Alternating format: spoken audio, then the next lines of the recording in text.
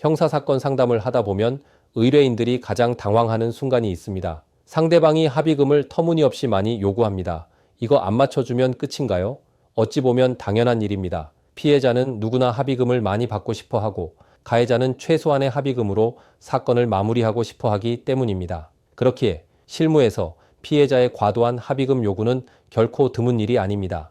이럴 때 가해자의 입장에서 중요한 건 가급적 합의금 액수에 끌려다니지 않고 사건을 주도하는 방법을 택해야 한다는 것입니다. 상대방의 과도한 합의금 요구, 해결 방법을 알기 전에 먼저 분명히 짚고 넘어가야 할 점이 있습니다. 형사사건에서 합의가 매우 중요한 사항이지만 결코 필수는 아닙니다. 폭행이나 모욕처럼 반의사불벌죄에 해당하는 사건은 합의가 필수라고 할 만큼 중요하지만 성범죄, 사기, 상해, 공무집행방해와 같은 사건에서 합의는 어디까지나 양형 요소 중 하나일 뿐입니다. 합의가 안 된다고 해서 곧바로 실형이 선고되는 구조는 아닙니다. 자신의 사건이 합의가 필수가 아님을 이해한다면 심적으로 약간은 합의금 산정의 주도권을 가져올 수 있습니다. 실무에서 상대방이 고액의 합의금을 요구하는 이유는 대부분 사건의 처벌 수위를 실제보다 과장해 알고 있거나 처음부터 협상 주도권을 잡기 위해 일부러 높게 금액을 부르는 경우입니다.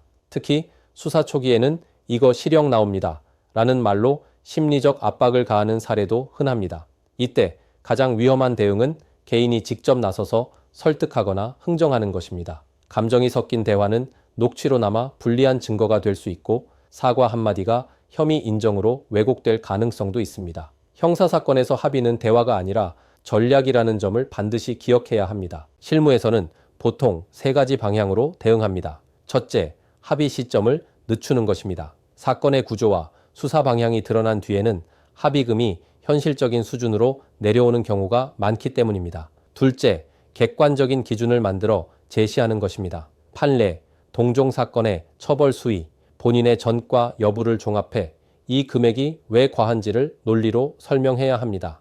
이 경우 동종 형사사건 처리 경험과 기존 판례 분석 능력이 매우 중요해집니다. 셋째, 합의가 안 될 경우를 대비한 대안을 준비하는 것입니다. 형사공탁, 반성문, 재범 방지 계획 등은 실제로 재판에서 중요한 감경 요소로 작용합니다. 합의금은 죗값이 아니라 수많은 양형 요소 중 하나일 뿐이라는 점을 기억하고 반성의 마음을 바탕으로 냉정하게 접근해야 합니다. 합의금은 상대방이 부르는 금액이 기준이 아니라 법원이 무엇을 보고 어떻게 판단하는지가 기준임을 잊지 마시기 바랍니다. 형사사건에서 가장 큰 실수는 조급함입니다. 합의금이 부담될수록 동요하지 말고 사건을 전략적으로 바라보아야 합니다. 법률 조력을 통한 냉정한 판단과 정확한 대응이 불필요한 손해를 막는 가장 확실한 방법입니다. 감사합니다.